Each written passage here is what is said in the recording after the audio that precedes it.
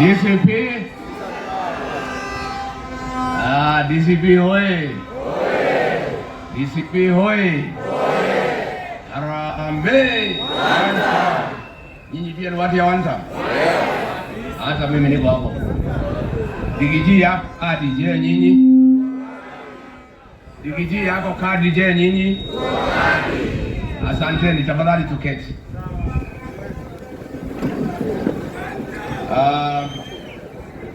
Good people, before I unveil one of the aspirants that took your seat for Kiambu County, I wanted to say, mnanisikia? Mnanisikia huko nyuma? Yes, I told you. Wewe watu ya sound. Can you hear me huko nyuma? Yeah?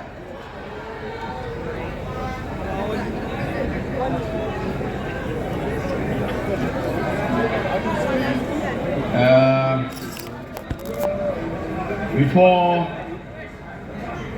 we embark on the task ahead of us, let me say a few things for the country.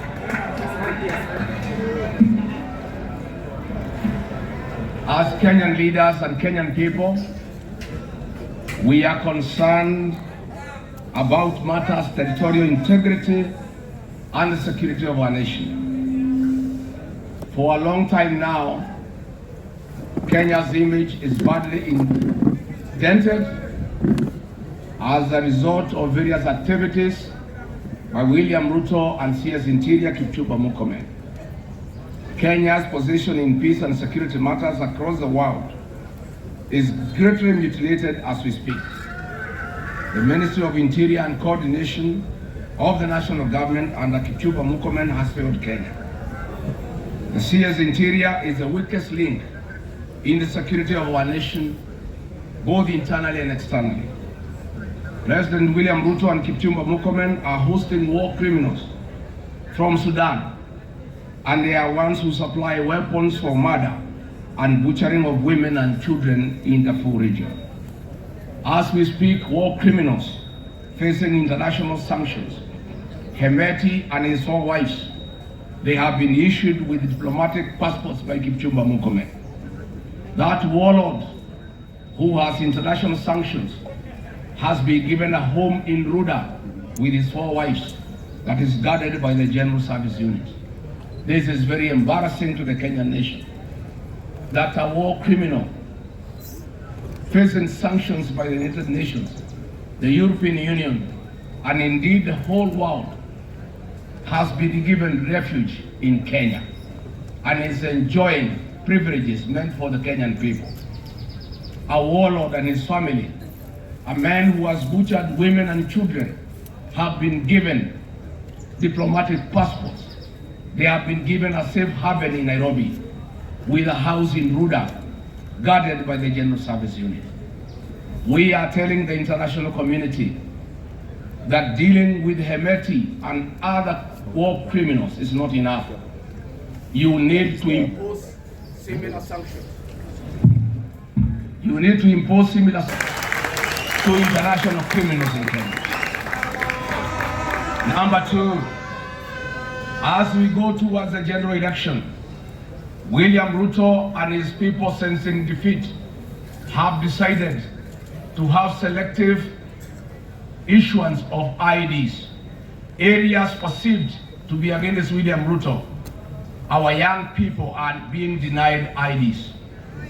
In Nakuru, communities that support William Ruto are being issued IDs within 2 or 3 days, and chiefs from those communities are collecting the IDs and taking them home to the young people. Communities perceived to be against William Ruto are taking between 3 to 4 months for their IDs to be processed. We want to call on William Ruto and the government to stop selective issuance of IDs. They should stop discrimination. All Kenyan children deserve IDs, whether they support or oppose William Ruto. And we are putting the registrar of persons on notice. If this discrimination does not stop, we shall request our young people, the Gen Zs, to occupy the registration centers, the Duma centers, and your offices.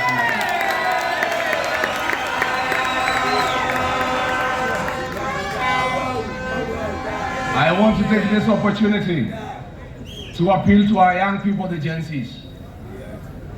The people of Kenya are looking upon you to liberate this country because you are fearless and you are tribeless and you cannot be manipulated and bribed with money by William Ruto. I want to ask the Gen Zs, my sons and daughters, my grandchildren, Kenya, our motherland, looks upon you to save this country. You are the only vote that we know that cannot be compromised. I want to commend you for what you have done so far, creating awareness among the people of Kenya through the smartphone. But I want to appeal to you, my children, that the real transformation of this country will take place on the ballot box. And the tools of change that you need is the ID and the vote. I want to ask all the Gen Zs in the remaining 9 days to come out in millions and register as voters so that next year you can lead all of us because we trust you. We believe in you. You cannot be compromised. You are steadfast. You lead us into getting the real transformation of the Republic of Kenya by making William Ruto one term and getting new leadership in this country.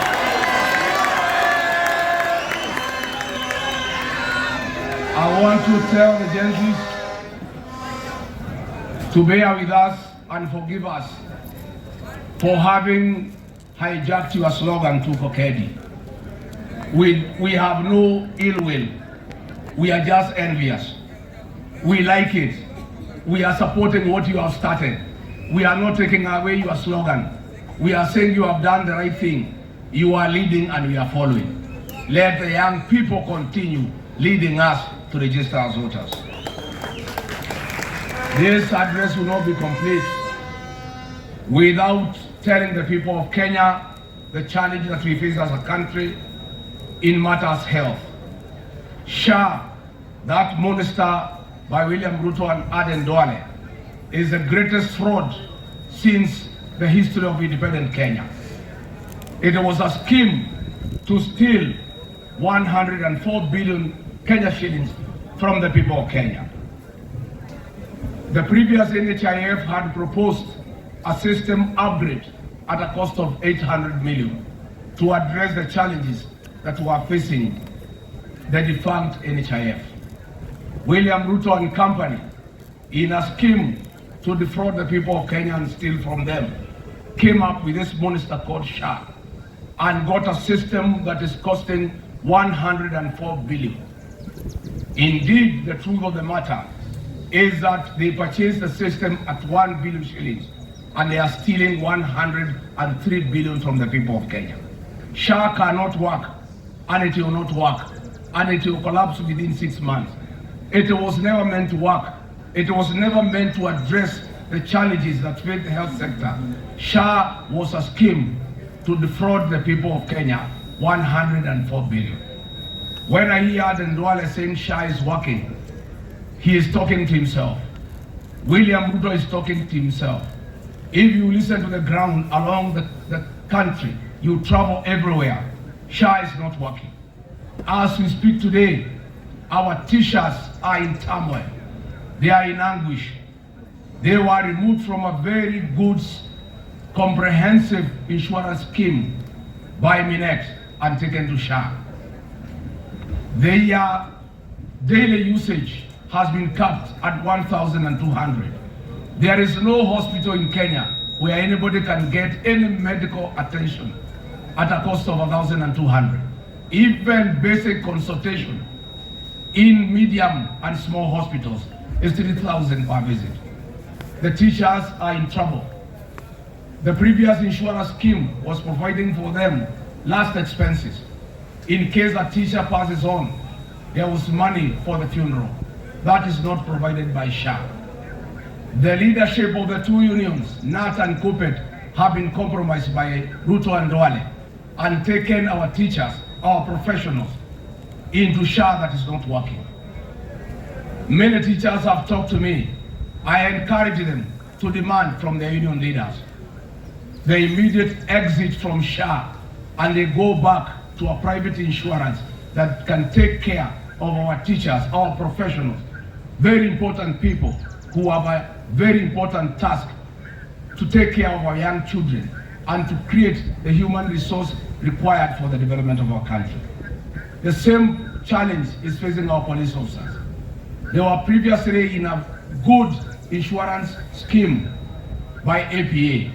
Again, they have been taken to SHA. Most police officers have talked to me and they have really complained that SHA is not working. And the police officers are demanding that they should move from SHA. If that is not enough, SHA will not work.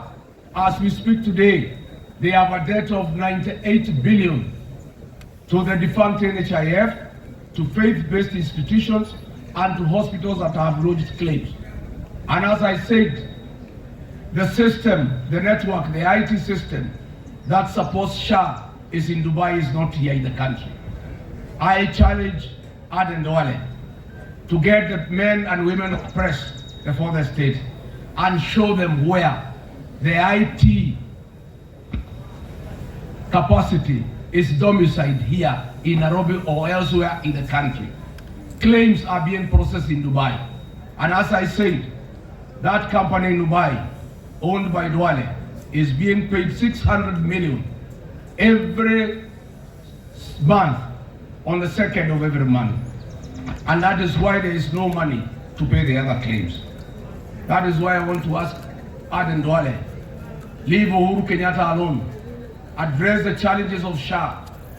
And as I have told our hospitals and other medical institutions, please make sure you get your money from SHA, because if SHA collapses within 5-6 months, it will collapse your money, and that can collapse our institutions, and we would have a crisis of an untold magnitude in our country. Finally, let me address the matters to do with fuel. We are told there is something called G2G.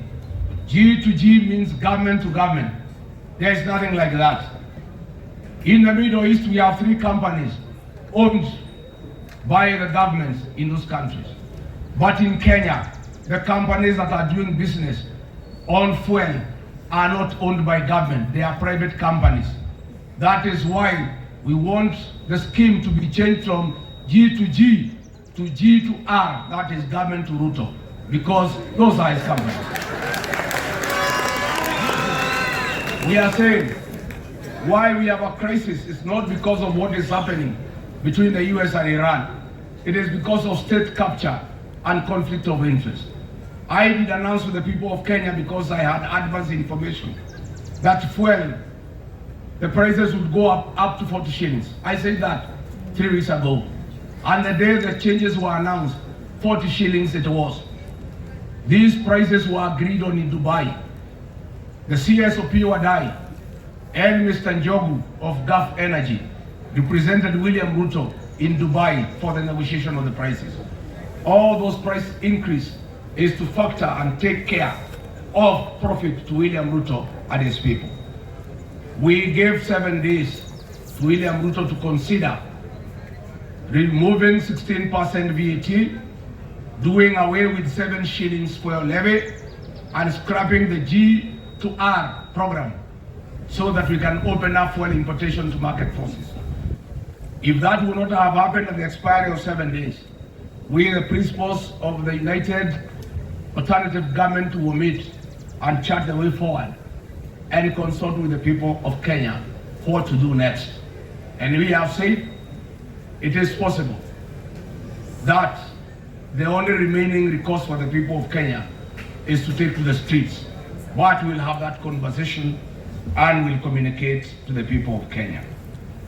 Mimi sitaki nizidi kutoka hapo, ni kusema tu hii serikali ya William Ruto imekuwa serikali ya goons, where goons are part of the National Police Service, where goons and police work together, where police turn against innocent Kenyans.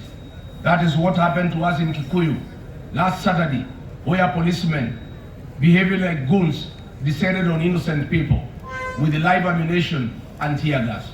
I have heard Kiambu and PS Remodo Moro condemning goonism. I want to say they cannot condemn goonism. Kipchumba Murkomen and Raymond Omolo are the perpetrators of goonism in Kenya under William Ruto. And we are saying, for all this thing to come to an end, Ruto must be one term.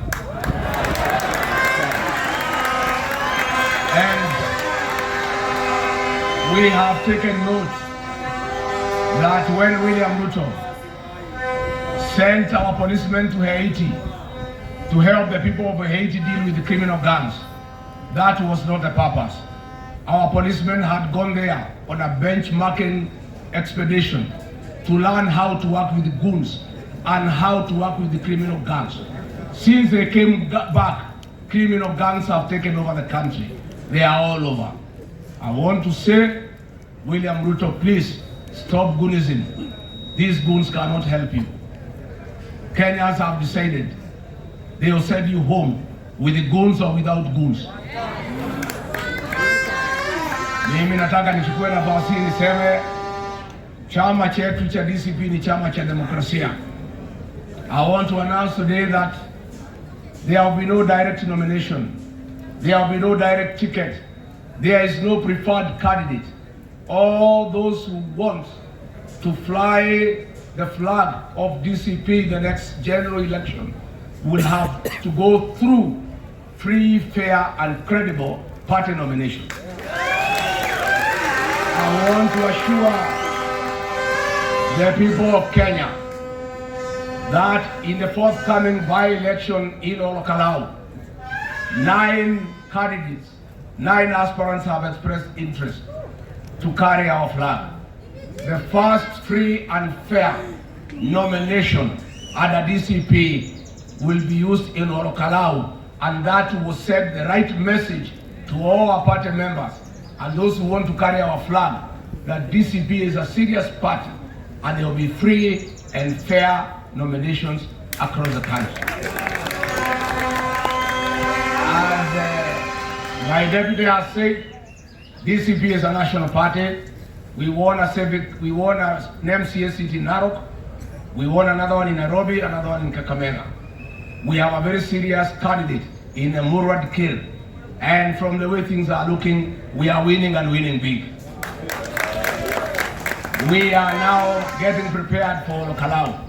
And I have no doubt in my mind we shall win and win big. I want to say we shall have candidates in all the 47 counties, 280 constituencies, 1,450 wards, except in the city of Nairobi and the city of Mombasa, where we shall engage our cousins, our partners, our friends, to see how we can avoid friendly fire.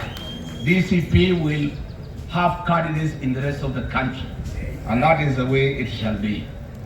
So we meet here today because one great Kenyan from Kiambu, John Mwaura, has indicated his desire to be the governor of Kiambu County. And after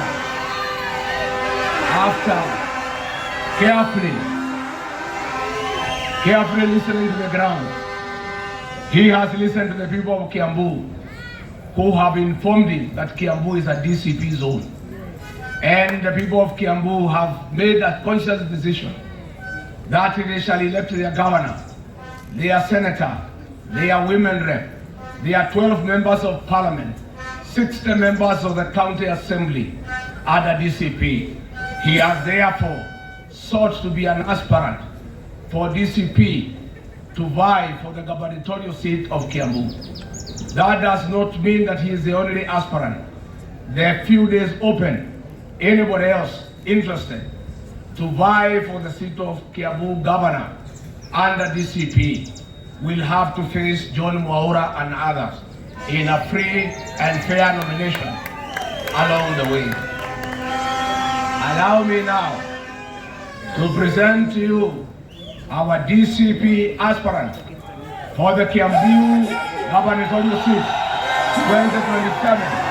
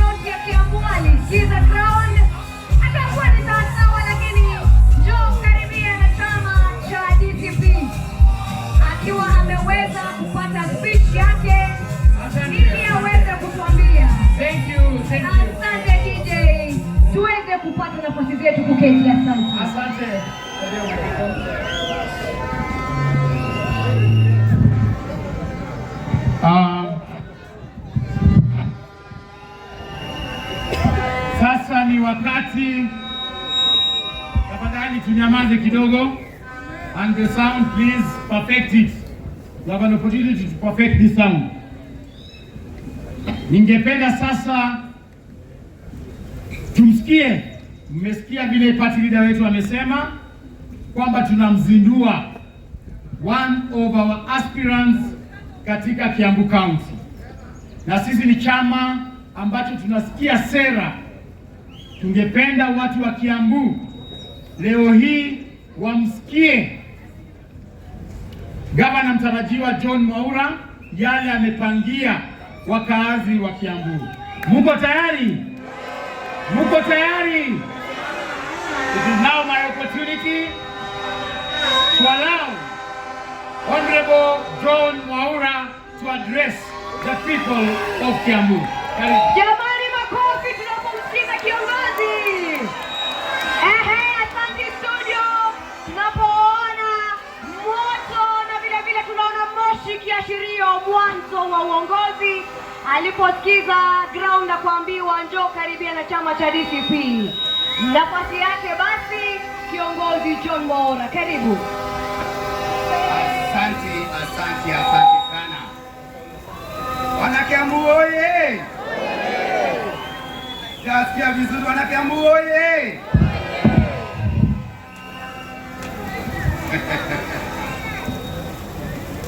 Hapo inaonekana ni moto kabisa. Nasema ni mwetete. Nataka kujua kama hawa ni wana DCP ama ni wengine. DCP! Nataka kujua kama tuko wapi ama wapi. Hii ni ground ama ni ground gani? DCP! Haya hiyo hata hii microphone iweko vizuri tuone.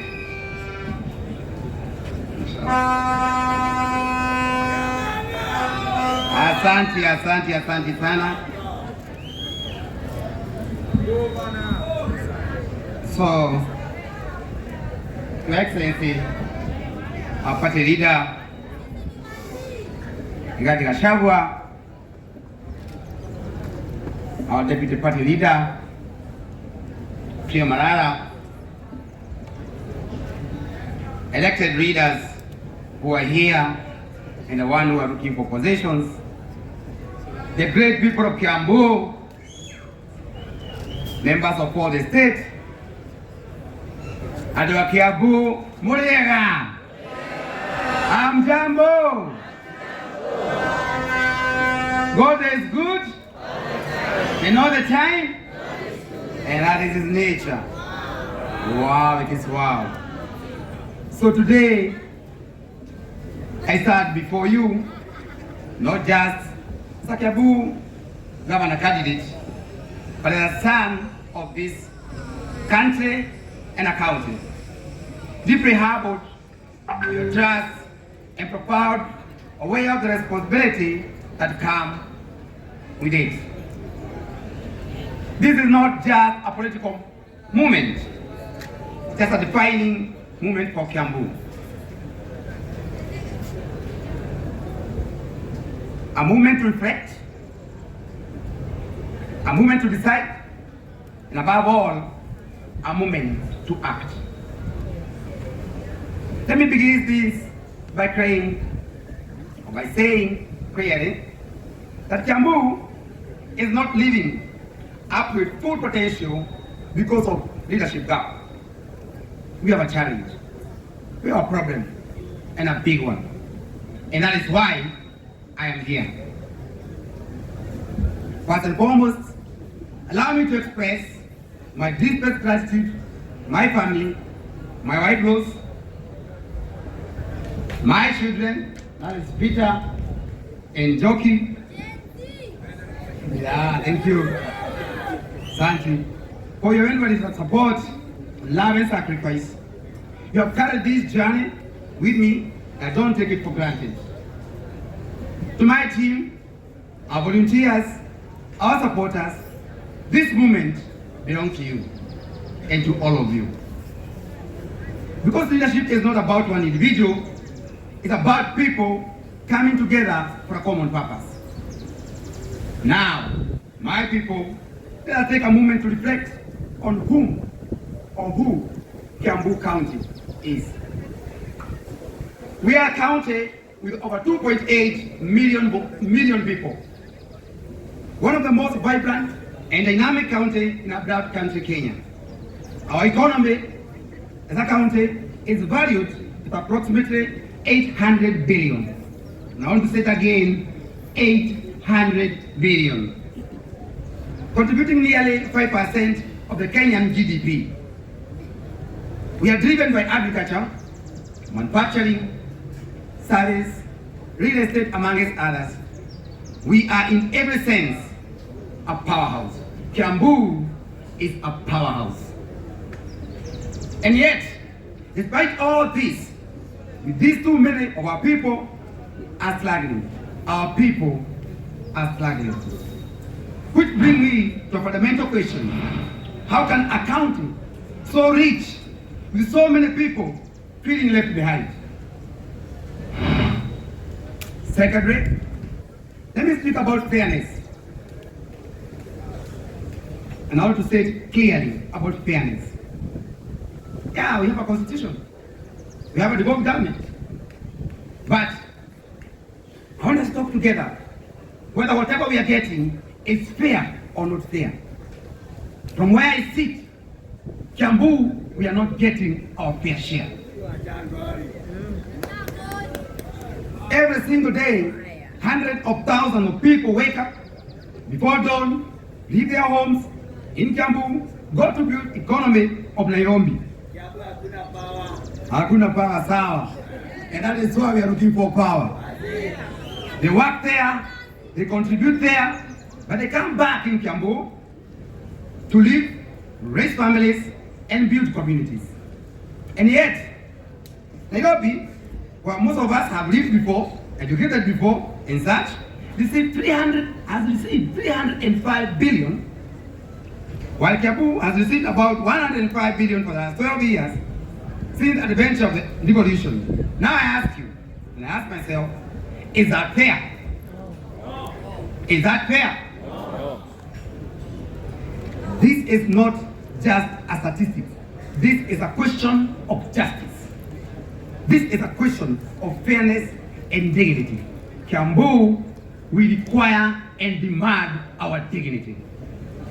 Therefore, going forward, we must strengthen devolution and fight for Kiambu to receive equal share its rightfully deserved. Because devolution was meant to empower counties, not just to sideline them. Thirdly, let me talk about real lies behind these numbers. When we speak of economy, we are speaking of mothers who wake up every morning to ensure how she provides for her children.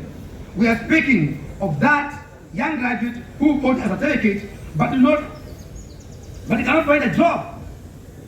We are speaking of a farmer who tilled the land from dawn to dusk but earned barely enough to survive. And so the question becomes, what kind of county are we building? Because for me, the answer is simple. We must build a county where every person feels seen. A county where every person feels valued. And a county where every person feels loved and included. Your Excellency and the people of Kenya, people of Kiambu, let's be practical. It is good we have a devolution, and were it not for devolution, some places could not have grown. I want to address or talk about the issue of healthcare. Our healthcare system must be world class. Hospitals must be places of healing, not frustration. Hospitals are not the places that we're talking about dead. It's the places to give us hope.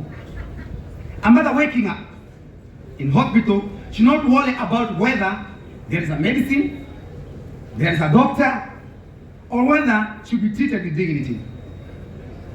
I feel the pain of high infant mortality. I'm talking about watoto wanazaliwa kwa hospitali wanakufa kila saa because of serious negligence. No mother should lose a child. When I stand before you, I feel your pain, our mothers. And the fathers, I feel your pain too.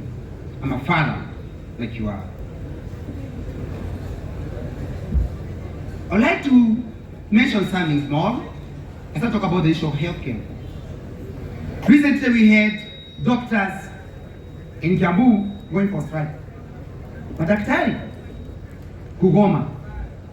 They complained. It had to call for Council of Governors to come. I'm asking, we have educated our kids to become doctors, nurses, community health workers, and yet we are not giving them what they deserve.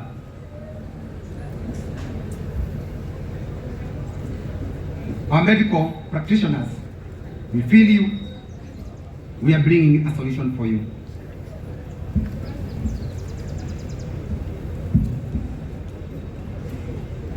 That issue of healthcare is an issue that makes someone feel like you can climb.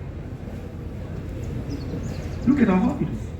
I would like, and I don't want us to become any political on this matter of healthcare. Hakuna kitu ya maana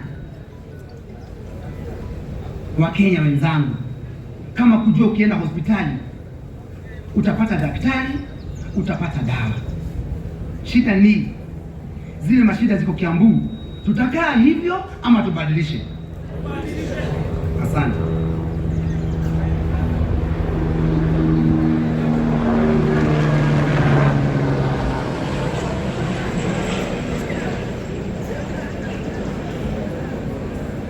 Our point here, you know very well, when the government came in, the current administration, there were some leasing machines that were given to hospitals. But even with all the challenges, there's one thing that you cannot compromise, the healthcare. Afya ya mtu, you cannot compare afya ya mtu with anything, not even with money. It is only in Kiambu, and I need another county here. They refuse to sign the leasing agreement. That means go to Kiambu, you not get those machines. Our people are going all the way to India for treatment of cancer. For a big county like Kiambu, does it mean that we cannot have our own cancer center? Yes. Our people are dying and selling their things, selling their land, selling their properties, ili wapeleke watu wao India for treatment. Yet we can ensure that does not happen at the early stage. But do we have that one here? None. All big hospitals, the Aga Khan of this world, Nairobi Hospital, Kenyatta Hospital, KU hospitals, they are all in Nairobi. We don't have a single one in Kiambu. I am here to make sure we will not struggle again on our health matters.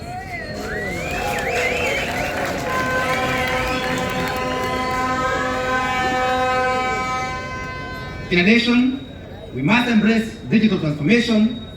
In today's world, there is no reason why business licenses should take months to process. There is no reason why approvals should take or should be delayed. Therefore, under my leadership, we will digitize county services.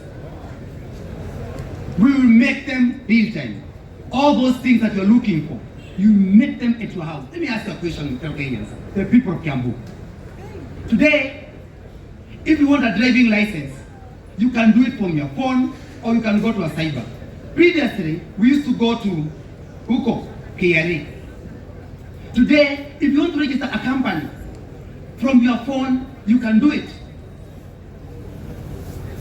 But it is only in Kiambu that when you want to look for approvals, you have to go and look for governor, you have to go and look for officers, almost look for them at their homes. Is that what you people you want? No.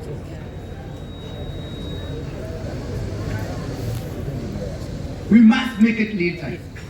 And lazima hii agenda tusichukulie ovyo ovyo. Let me tell you, my fellow Kenyans, the Kiambu people. When you talk about matters real estate, Kiambu, the biggest contributor of the GDP of Kiambu come from real estate. When I talk about real estate, I mean what? Ukiuza shamba yako leo ama wewe uuze shamba yako, serikali ya Kenya lazima ule mtu ameuza hiyo shamba apatie serikali or to give the government 15% capital gain. Ukitoka pale wewe mwenye kuinunua unalipa serikali stamp duty. Ikatakatwe wewe mwenye kununua tule tudogo ulipe stamp duty. Haijaisha. Then once you have that approval, unataka kujenga nyumba. Ile nyumba yako unataka kuwa nayo. Hii matino za kujenga nyumba zote, they are subjected to another tax called value added tax, which is 16%. Net of VAT. Uko kwa biashara, the same plot, the same house, you have another tax called income tax, which is 30%. Again, when you want to do all these things, umeajiri watu, these people are subjected to another tax called pay as you earn, PAE. I'm asking, if this is one of the biggest contributor of our GDP in Kiambu and GDP in Kenya, should we joke around with it? I am here because of that. Because what you are getting, it is not a luxury, it's a necessity, and it is your constitutional right. We must therefore create an environment where investors are supported, not frustrated. Let me say this clearly. Jobs do not come from the government offices. They come when people do business and they are allowed to grow. And so, our role as a county government is simple. We remove the barriers, we create opportunities, and support enterprises. I know most of the people who are here, the Gen Z of this world, I sympathize because I have a Gen Z in the house. These young kids that you see here. It was very painful after getting education, after going and getting your certificate, a diploma, and a degree, you don't have a hope that you can get a job. Hakuna mboka. Sasa niko na fomu.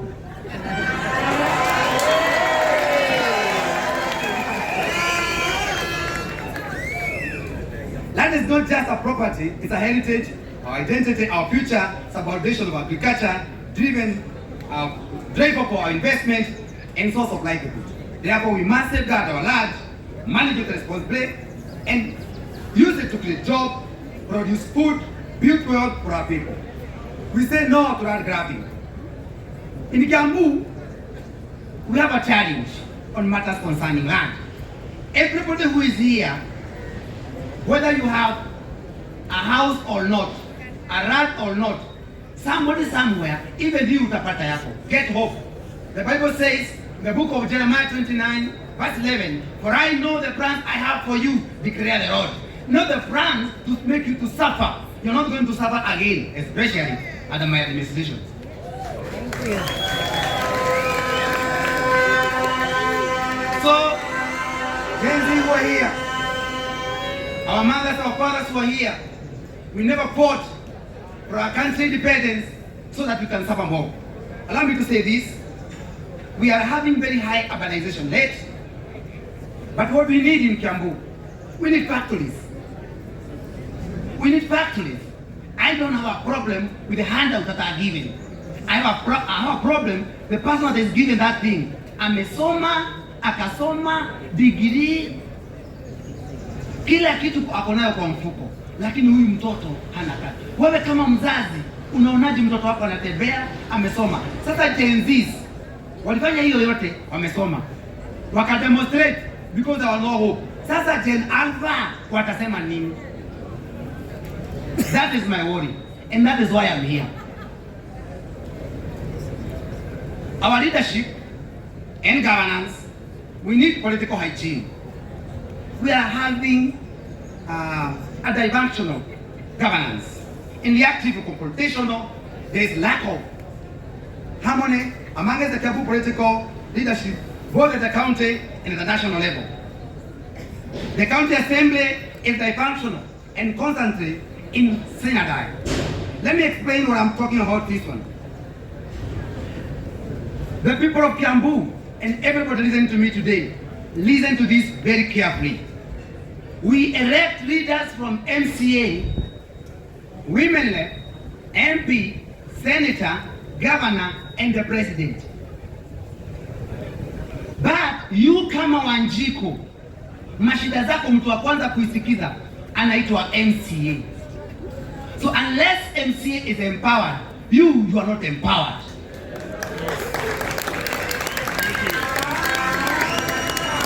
Now, Your Excellency, there is a problem, and especially in Kiambu. Listen to this.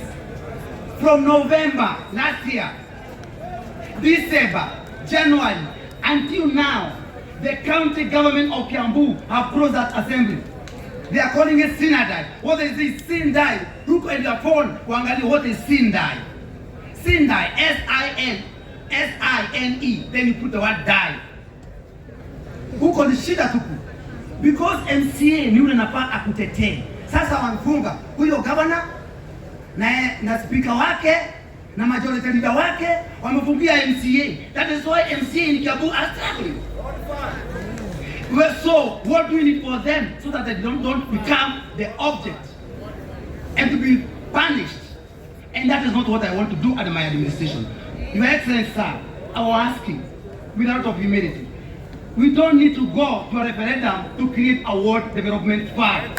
Let's create a ward development fund for our MCA.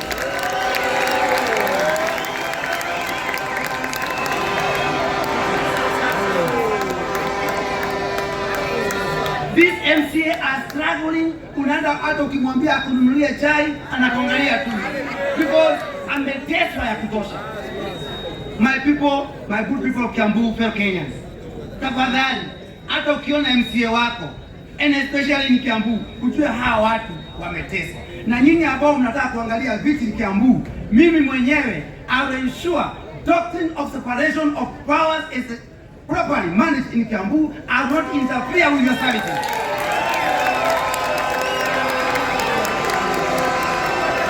Fanyeni kazi yenu ya kutetea Wanjiko, na mimi kazi yangu ni kumanage resources. Tuko sawa, hatuko sawa? Na ninawaambia tukifanya hivyo kazi zitapatikana. Hawa majenzi itakuwa chua, mambo yao itakuwa mwecheche.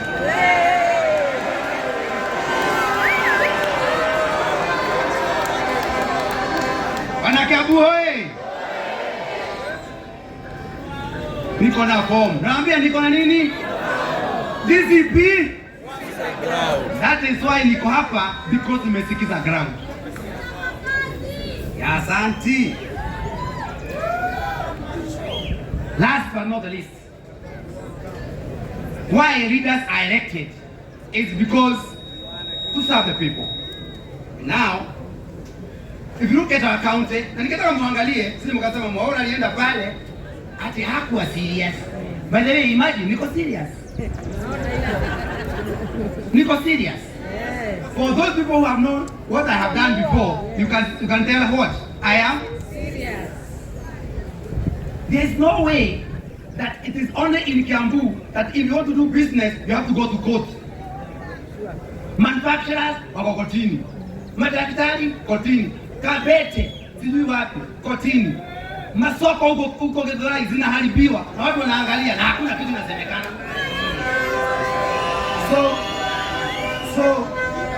So Your Excellency, I would like to make a personal appeal. We have IEBC. Na nataka mnisikize wenye kwa pande ile na mnielewe vizuri. IEBC inamaanisha nini? Independent Boundary and Electoral Commission. Sasa IEBC, asanteni sana mmefanya ya electoral. Lakini kuna kitu moja umeacha ya boundary. Hiyo walisahau, ni kama amelala. We are supposed to do a review of the boundary in 2024. Now we are in 2026. That is why a place like Gachagua, they should be having their own constituency.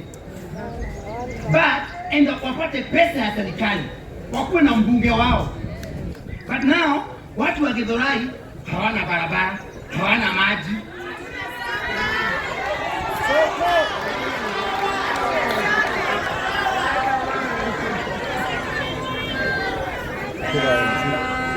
Mngetaka tuweke barabara, tuweke hospitali, vijana wapate kazi. DCP power, DCP power. Asante. Sasa ya mwisho ndio hii.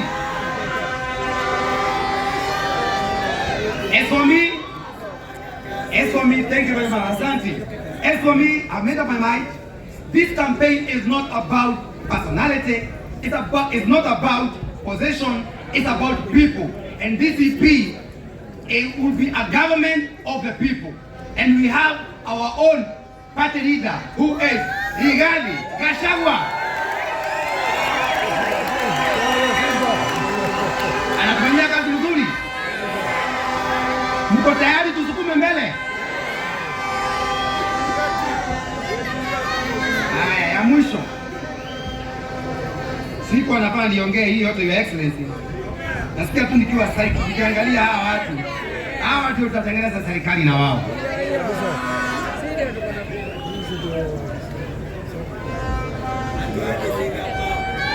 Haya. Asante. Kuna kitu moja nataka kuwaomba, especially the young people. Ningewaomba, najua mmeteseka sana sababu ya kukosa kazi. Lakini that one does not mean tujiingize kwa madawa za kulevya, kwa pombe haramu. Ningeomba watu wa Kiambu, majenzi, tafadhali wacheni na pombe haramu. Na machifu wetu kwenye mko pale, tunakuja kukaa na nyinyi pamoja. Tuangalie ni aje hii maneno. Hakuna mtu atauza pombe haramu Kiambu kama tuko hapo. Watu wa matatu, tunajua fares zimekuwa high. Hiyo maneno tutaondoa. Watu wakawa sukari, watu wa Kabete, watu wa Kirigiti, all the way mpaka Jabini. Tunajua mashida zenu, mmebomolewa na bado biashara zenu zinaongezwa kila siku. Wewe uko na salon kidogo, salon, a simple salon, na ni 8,000, unaitizwa license ya 10,000. Utoe wapi? Unteku. Wewe duka yako ni aginyanya, unaitwa license ya 10,000. Huyu ni mtu wa kukubanish ama ndio wa kukusaidia? So hata wa matangi, hata yeye ni one time.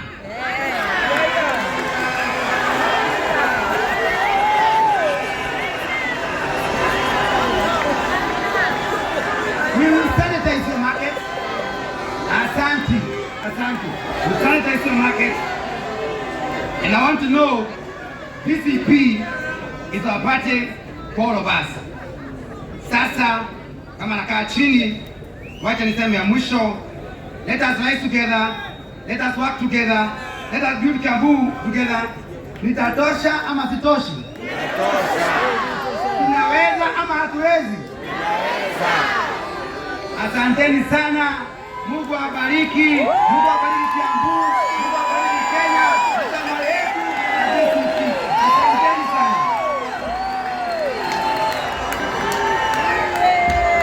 Wapi makofi ya gavana mtarajiwa Mheshimiwa John Mwaura. Asante.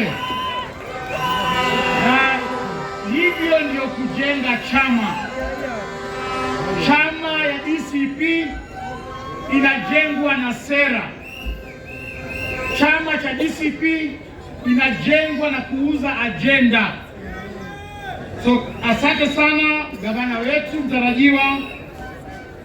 And it's good to note that